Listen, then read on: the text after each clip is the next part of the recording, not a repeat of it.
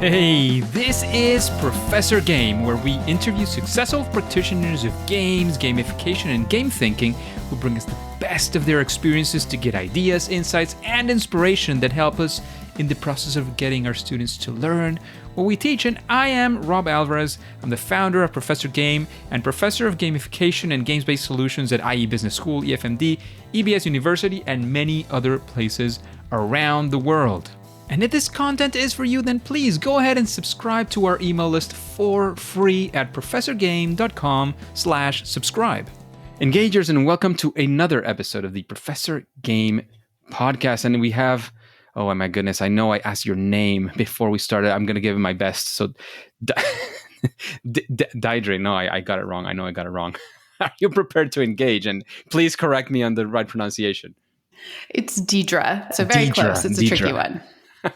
Yes. We're used to seeing letters in a certain way and getting the pronunciation. And then I said, I'm going to pronounce it how it looks. And I know it's not how it looks. So I'm going to screw up again. So Diedre, thanks for being here. Engagers, we have Diedre today with us because she is the Chief Learning Officer at StoryIQ, where she combines her love of data and strategic thinking with creating engaging learning experiences. And she has close to 20 years of teaching and facilitating experience. Diedre brings enthusiasm and a unique ability to make complex concepts accessible and relatable to all. And her expertise allows her to call upon a deep knowledge of communicating data and data-driven strategy to senior leaders and key stakeholders across industries and verticals. So Diedre, is there anything that we're missing from that intro that we should have mentioned in any way? No, it all sounds very serious. I swear that I'm more fun than you might think about someone who loves talking about data and database decision-making. Well, that's actually that can actually be a lot of fun for many people. And there's many ways I'm sure that you guys actually make it engaging and fun. So actually, to bring you back into this world after being put on that huge pedestal, which I hope we started off with, what does a regular day with you look like? What are you doing? Like, what's up with you? Sure. So I oversee all of the courses and facilitators for the company I work for, StoryIQ. And we develop courses, both custom courses and out-of-the-box courses that we deliver to our clients that really focus on communication and getting people to communicate more effectively, particularly with technical audiences. So there isn't really a typical day. I feel like sometimes I'm jumping in and teaching classes. Sometimes I'm creating courses. A lot of times there's doing research for a request from a client and a lot of working with my facilitators just to make sure that they are the best, most engaging facilitators that they can be. So it's really all over the place, and it also includes some business development and strategy as well. We're a small company. We wear a lot of hats here. Makes sense. Makes absolute sense. So Diedre, we're going to jump right into one of those. Sometimes some people feel these are sticky questions, but I actually love them. And I love when people make me these kind of questions as well on interviews. And it has to do with failure or first attempt in learning, as we like to call it as well. We would like to, of one time when you were using your strategies, whether it's at StoryIQ or anywhere else you've been working, talking about engaging learning experiences, talking about even if you have anything around games or anything like that, that's cool. If not, engaging learning experiences, data-based decision-making and all this, where things just did not go, let's say, as you expected them. They just didn't go well. And we want to be there with you. We want to feel whatever you were feeling at that point, know what lessons you took out of that. Again, we want to feel those things and take away what we can. Sure. No, I think talking about failure is great because we just learn from it. It's another opportunity to learn something new. So before I worked in the private sector, I was a high school math teacher for a decade in New York City in the mid-2000s. So a lot of my learning about what works and what doesn't work in terms of building engaging learning experience was very clearly articulated to me by teenagers that I was teaching, Algebra 2 and Trigonometry 2.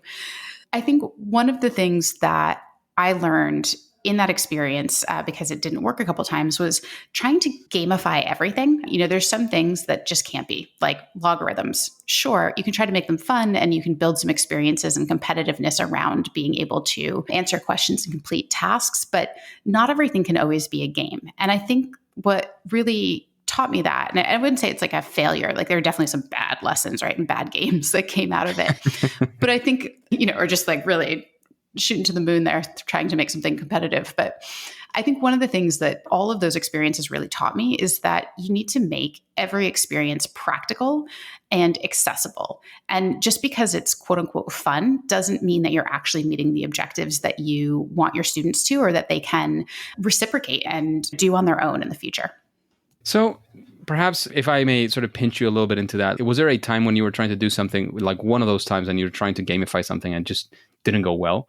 Do you have any recollection of some of that? Because again, we want to take a experience, as you were as you and your company very well disclose, is it's when we experience things, and the closest thing we can do here is experience your story. So can you give us a little bit of a few more hints on how that looked like and what were the things you were thinking at that time?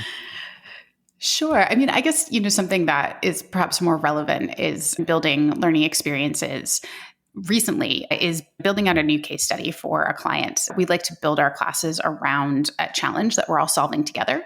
And in this case, I made the challenge too complicated. So the background on it was we were representing a company that was an online cooking store.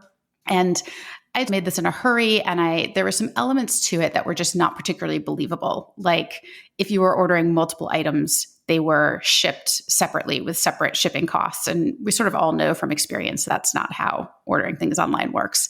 And so there are a couple shortcuts that I think we took with this initial case study that really got called out. And the focus of the class sort of turned a little bit more to, hey, this is not a relatable or true situation.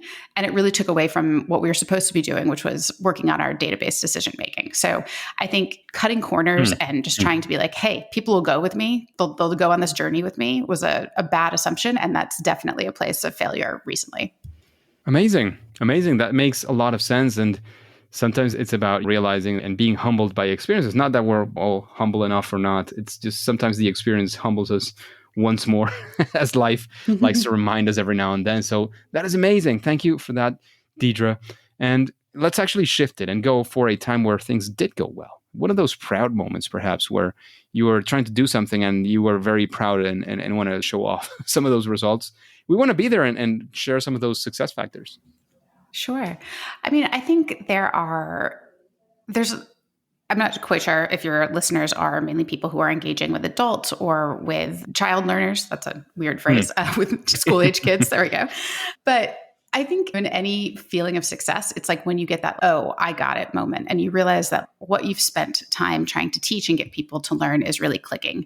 And I recently was teaching a class with a bunch of very technical demand planners is the right term. So really thinking about logistics and nuts and bolts of this industry that they work in. And they were really skeptical of the content we were teaching them. And so it was on data storytelling. So really thinking about how you're communicating and building stories with data. And it was a tough audience, and it was in person, which is, rare these days. And it was really great to see them jump into our final activity, which is kind of in this instance, I picked a silly one. It's you're helping an artisanal ice cream store owner build their business, and just really watching the skepticism melt away, no pun intended, and really getting excited about being creative and stepping out of their comfort zone, and then bringing back to like, all right, if this is on a spectrum, this is certainly too far from what you can do in your professional life, but what can you do? Like, what can you bring into your day-to-day practice? And just having people really talk about what they learned and where it's practical. It was really great because, walking out of a hard room with a success story is always a good feeling. Yes, it definitely does feel good. I can attest to that. And is there anything in particular you would say that you, of course, looking back is always 2020, that you saw now that you finished it, like, oh, I realize that this was one of the things I did well that allowed me to get there?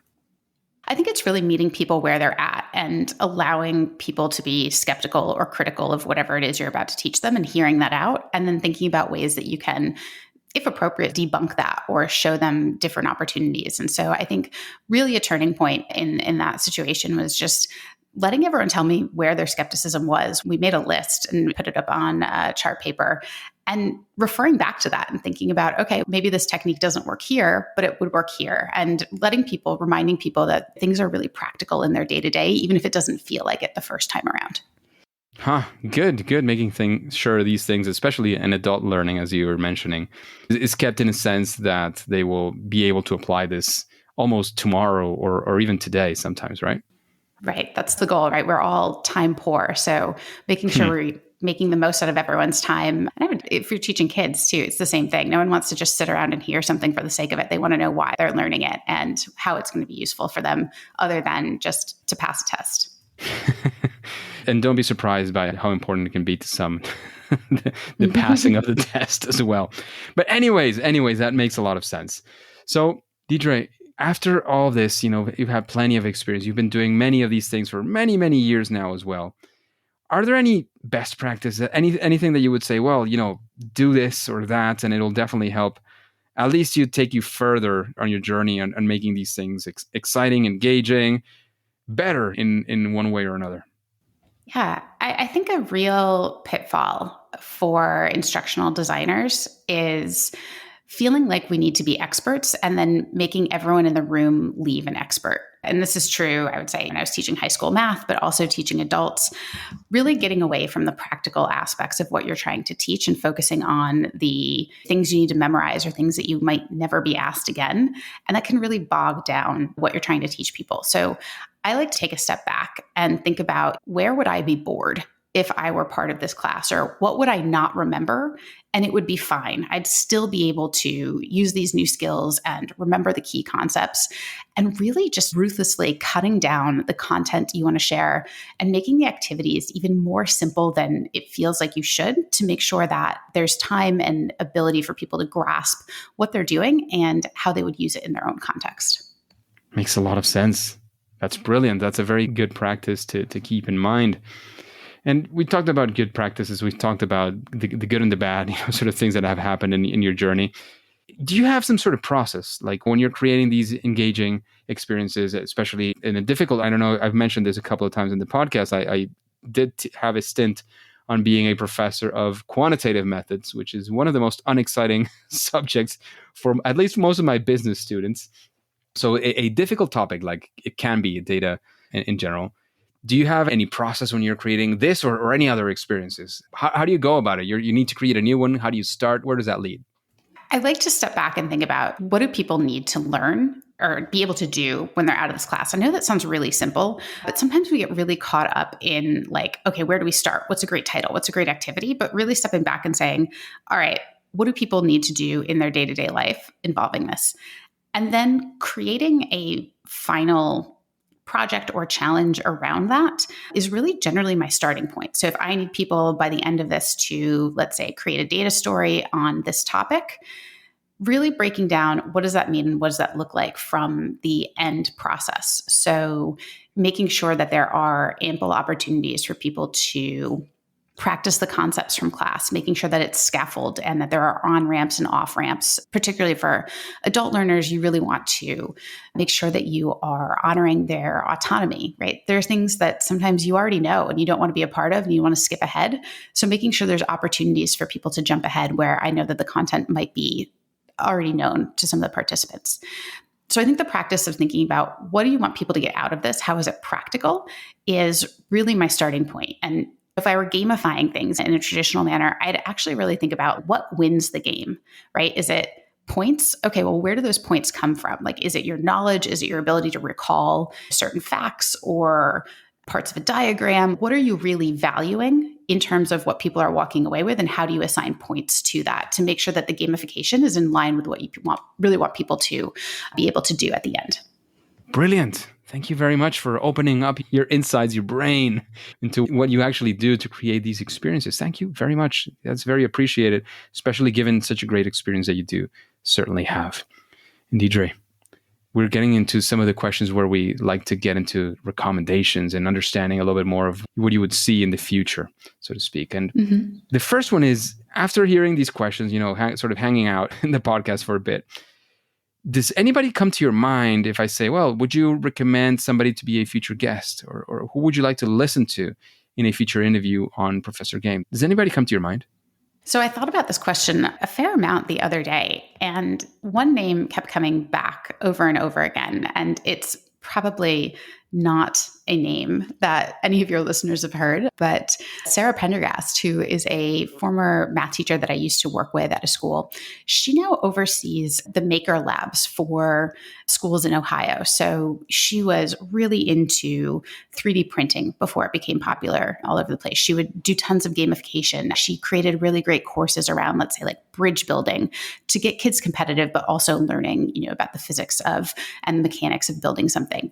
And I think Sarah is just an amazing potential guest because she's able to make everything fun and hands-on. And she's just great, whether it's teaching adults how to do that kind of stuff and bring that into our classrooms or interacting with children. I think it's a really fantastic area to help your listeners perhaps dive into this idea of being a maker and how do you create all of your experiences around making something and doing. Nice. She sounds like a fantastic guest indeed. So thank you for that recommendation and keeping up with that. How about a book? If you had to choose a book, which book would it be? And of course, why? Sure. I think it's practical for both instructors of children and adults. There's this great, very easy to read book by Leanne Hughes and Dave Foxell, who created, it's called the 2-Hour Workshop Blueprint. And it really is a fantastic just sort of guide to, all right, if you need people to do something quickly and easily and in a way that makes sense to them, follow this sort of formula. And we know that all learning experiences aren't formulaic, but there's some really great ideas in there and how you can bring some engagement in ways that, again, you can gamify without it being over the top or cheesy. So I would definitely recommend the 2-Hour Workshop Blueprint to anyone who's looking for building fast learning experiences that are fun and experiential. Sounds exciting and sounds like a bit of a cheat sheet to go faster in that sense, which is something that it's not about taking the shortcuts only, but sometimes it is something that you need. Sometimes you need to do something and you need to do it quick. So Sounds brilliant for sure. It's also possible your listeners know Leanne Hughes. She hosts the First Time Facilitator podcast. It's also a great podcast for learning some great tips and frameworks and getting other people's stories around facilitation and their experiences. Sounds very cool. I'll definitely try to sneak in some time in my podcast listening to take a look at that, because facilitation is something I'm always interested in improving, at least in my personal or professional life, so to speak. And now let's talk about you. How about you? What would you say is your superpower? That thing that you do at least better than most. And the way I like to say this is some superheroes are super strong or fly or whatever. It doesn't have to be exclusive. Maybe it is. I don't know. But your superpower is just that thing that you do great that stands out at least from the crowds. I think my super skill, which I feel like I want to trademark that term. It sounds really good saying it together, right? Is really being able to explain complex things in a way that non-subject matter experts can understand. And that can be all kinds of things. Like it's just an ability to sort of understand the essence of what someone's trying to say and help them clarify and what that is for someone and all audiences to be able to understand. Certainly very useful and important in a learning setting. Yeah. I can attest to that. Well, it was a learned experience teaching high schoolers for a decade. You know right away whether or not what you've said makes any sense at all, right? Their faces tell you immediately. So it was certainly something that took a lot of practice, and it was certainly difficult at first with something that I was what I would call a subject matter expert on of higher level math, and being able to reach a population that might not be interested in that and make it accessible. Got tons of practice with that. Practice doesn't make perfect. I don't really like that phrase, but it does get you closer to being perfect. So, of course, definitely that experience is I'm sure it helped a lot hone down your skills in that sense. And you mentioned Leanne several times, so I was just about to ask Leanne. So I'm not asking Leanne, I'm asking Diedre. So. Her name's a little easier to say, so I would get it. It makes sense. Diedre, what would you say is your favorite game? This might sound crazy, but my favorite game is Yahtzee. And my husband and I play it almost every day, which sounds like a lot of Yahtzee. We've got this ongoing competition. We buy sort of the books that have like 100 pages for keeping score in there and just keep track of like who's winning in each one. But what I love about Yahtzee is that it is really easy to travel with. So you can throw it in your pocket and you're like, all right, we've got 15 minutes while we wait for something, and you can play. And it makes me think about probability, which again, I'm a huge math nerd. And so I really like that it's some low stakes, data driven decision making. So if you don't play Yahtzee, I highly recommend picking it up because it is fun and easy and portable and just the right length game too. You're not like committing 3 hours of your life to it. If you've got 10 minutes, you can play Yahtzee. Sounds like a good one. And again, when you play games so often, so much, you start to have a deeper understanding. And something else happens, I would argue, in your understanding and in your playing of the game, where it's not like the typical game you learn this game, you play it, you have fun. It starts, at least in my mind, it starts going a lot deeper in that sense. So hopefully that has been the case for you too. And Diedre, we every now and then have a little bit of time to make a random question to our guests. And I will actually go through this now. Let's find one. I always filter this before. Even oftentimes we don't get time to do this question, but I filter them beforehand because sometimes the experiences don't match with the question. So I want to make sure that they always do. And here we have a question from Joaquin Rojas. He's asking us if you have anything that could be called the 3 most powerful elements of a great learning game or a learning experience, we would probably say in your case. Okay, the 3 most powerful components to a gamified or learning experience. Mm-hmm. All right. I think 1 is that it needs to be collaborative. So by that, I mean, in a game or in a learning experience, what you learn individually and the experience you have individually is very different than when you're paired with 2 or 3 other people. And so building an experience where you have to have an element of teamwork and collaboration, I think really helps cement the experience in people's minds. And again, ultimately, like what they want to walk away with learning. So collaboration/teamwork is 1. There also, I think, has to be an element of friendly competition. So whether that is, scoring points, which is, I would feel like, pretty competitive, or also just knowing that your peers and colleagues are going to give you feedback at the end. And so there's this, okay, I need to make sure that I'm doing whatever this activity is really well because people are going to see it. There's that like little bit of like stress that is good for pushing work a little bit further, pushing you a little bit harder, but not so stressful that you're in the bathroom crying because you need to create this crazy presentation in 15 minutes. That's certainly not the case, right? So it's a delicate balance of friendly competition among the teams and players. Fantastic. Thank you for those recommendations for sure, Diedre. And of course, before we let you go, let us know if you have any final piece of advice, anything else you want to say that we didn't ask. Of course, also let us know where we can find out more about you and the great work you guys are doing at StoryIQ and anything else you want to invite us into. Sure.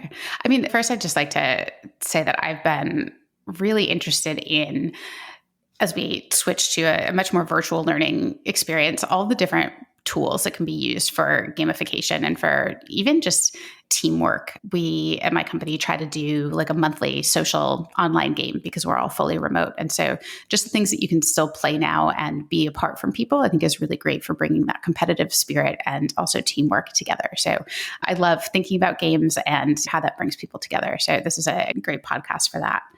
I do my work for a company called StoryIQ. And thank you very much for that before you continue. Oh, yeah, sure. Yeah. So I work, my work now is for a company called StoryIQ, and we're constantly just trying to build experiences that meet people where they're at in terms of their, what I like to, using air quotes here, your business adulting. So it's like the stuff you didn't learn in school, good communication, how to make data-driven decisions, how to present really thoughtfully and impactfully. These skills that are often just assumed that you have, but many people get very scared and very self-conscious about them. So we're constantly looking for people to tell us what's hard for them so that we can make either micro experiences that fill those needs or think about building a longer term course that really builds those skills and lets people feel confident in these elements of their work that are going to help them gain influence, but also things that they're just expected sometimes to know, but no one teaches. Sounds amazing. And where can we find out more about all this? Oh, sure. Sorry. So our website is storyiq.com, STORYIQ.com. And you can always certainly reach out to me. The only social media that I am active on is LinkedIn. So you can find me, it was at linkedin.com/in/Diedre Downing, DIEDREDOWNING. Amazing. We'll certainly have that on the podcast show notes. So engagers, if you want to go to professorgain.com, you type down Diedre. So as she spelled it out very correctly, DIEDRE, you'll definitely find show notes to this episode and the links to everything that we've been discussing. However, Diedre, engagers, as you know, at least for now and for today, it is time to say that it's game over. Engagers, it is fantastic to have you around, and you know that this podcast really makes sense because of you. So how about we connect on LinkedIn so you can let me know what you think about the podcast? Who would you like to have as a guest? If you have any questions, what we can even help you with, you can find us as Professor Game on LinkedIn. We're always sharing content on the podcast, gamification, game-inspired solutions. And remember, go ahead and find us as Professor Game on LinkedIn. And before you click continue, please go ahead and subscribe or follow. This is absolutely for free using your favorite podcast app, and listen to the next episode of Professor Game. See you there.